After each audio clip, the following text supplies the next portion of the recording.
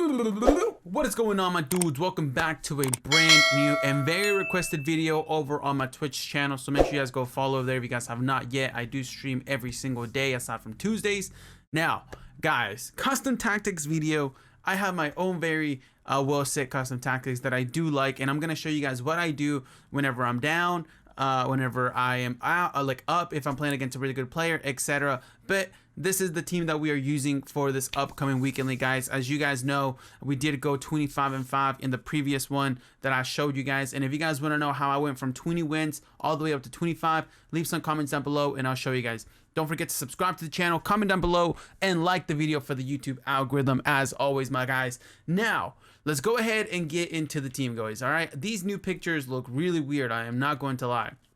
But custom tactics, guys. Now, I start with a 4-5-1 formation. However, I always start out in 4-2-2. So this year, the 4-2-2 for me is my favorite formation and absolutely love it. I do think this formation is better than the 4-2-3-1 for me. However, if I am playing against a really good player, I do switch on over to the 4-2-3-1.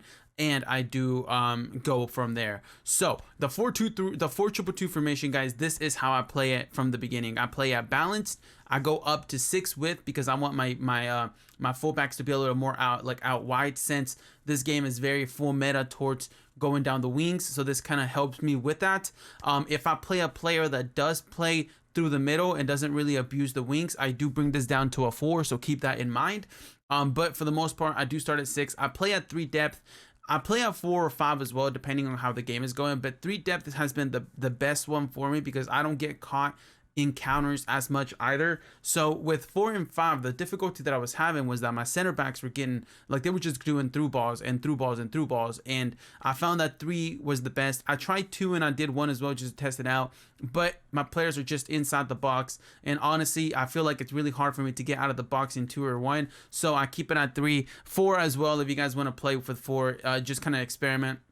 But that is what works with me. Now in the offense, I do have balance and I do have 6 in the width as well. It gives me a little bit more area to play around the box, to pass around, etc. And all my players aren't all bunched up together. So I do play at 6 width. I also play at 6 players attacking in the box because I do like to build up my play a lot. And if you guys watch my previous videos in the Foot Champions recap, or if you guys watch my Twitch streams, you guys see that I do pass a lot in the middle. I pass it over to the wingers, to the cams, left cam, right cam, etc. And I do play a lot. And with a 4-2-2, this is beautiful because you have the 2 strikers up top and then the 2 cams that really do help out in building the play up, using L1, R1 to bring them to me, to make them make runs, etc. Now corners and free kicks, I leave at 2-2. If I am down, I do bring free kicks up to 4. I score a lot of goals with CR7's headers, so CR7 is a very impactful player when it comes to playing a corner or a cross. Even crosses are really good too.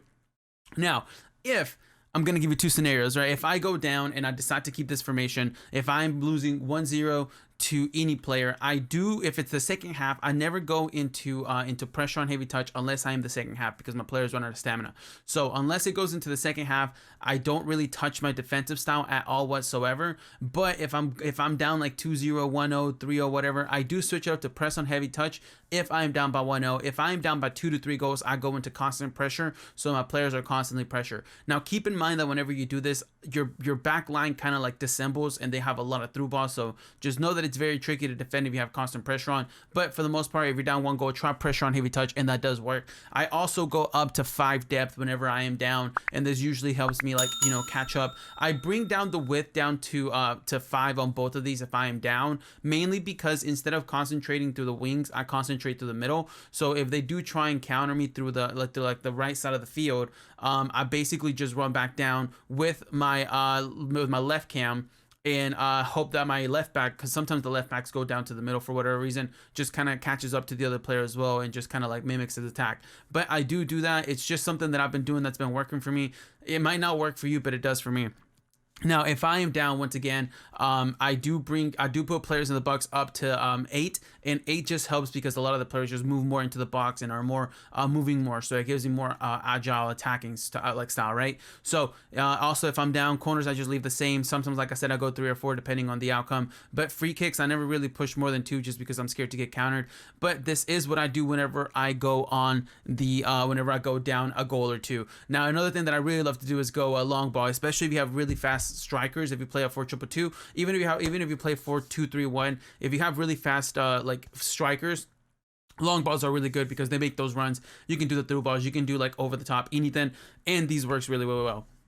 Now, going into the second formation that I do play, right, it is mainly this formation right here. So I play those two. I go into a 4-1-2-1-2 if I am down as well. Like, let's say I'm playing like a really good player and the 4-2-2 formation isn't working.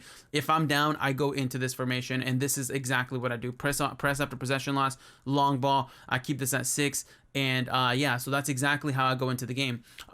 Now, going into the 4-2-3-1 formation, this is the one that I mainly use. If I am winning the game and I want to defend a little bit better, I do switch over to the 4-2-3-1, especially if I'm playing an elite tier player. 4-2-3-1 is the way to go. I keep it at 3 depth as well. 5, everything else is balanced on the 5s, 5 balance, etc.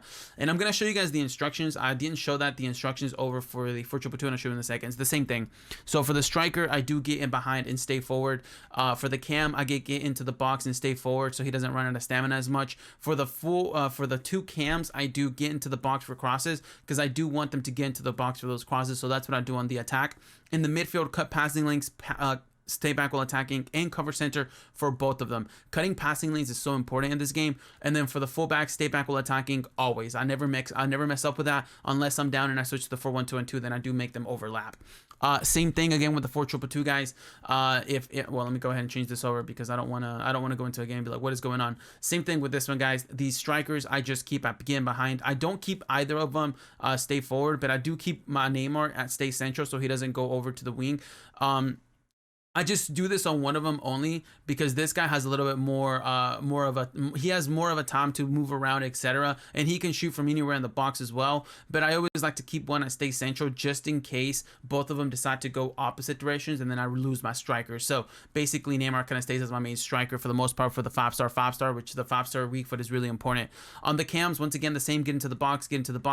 CDMs, passing lane, stay back while attacking on both of them, and then fullback, stay back while attacking as well. So that is what I am working for, guys. Now, this is probably the most the one that people hate. I do only use this if I'm playing a pro player or a player that's an elite 1 player, etc., that I'm winning against and I absolutely need to keep the lead. I do switch to this one. I keep possession, I keep it at 5 width, I go down to 3 players in the box, and I do 2 depth. But again, this is only if I'm playing a really elite top tier player that's basically playing the same formation. I do the same thing on the attack with this one, get him behind. I don't do stay up. I don't do like, stay forward, but on the cams, the thing that switches up on my defensive tactics is basically come back on defense on all my cams, and same thing on the CDM, same thing on the back line. But that is the only formation that I will say don't use it unless you need to or you're winning a game and it's like in the last minutes, because whenever you go down to 2 or 1 depth, guys, your team cannot get out of the box. This is basically just like like you're playing an elite tier player that you cannot beat or that you're winning and you want to keep that lead. That's what I switch to. I don't do it very often. I really only do it if it's like the last 10 minutes of the game and I really need to clutch it up and win. But once again, guys, 4-2-2, my favorite formation. I really do think it's really well balanced. I like it better than the 4-2-3-1 in general, and this is exactly what I use. So if you guys use my tactics and it works out for you guys, let me know in the comments down below. Go tell me on my Twitch channel over at twitch.tv/RatedHugo. There is a link down below. Go check it out, and I'd really appreciate it. If you guys enjoyed it, hit the like for the YouTube algorithm. Comment down below. Let me know what your best tactic this year has been, and don't forget to subscribe to the channel, guys. Thank you all so much for watching the video, and I'll see you guys on the next one. Peace out, my guys.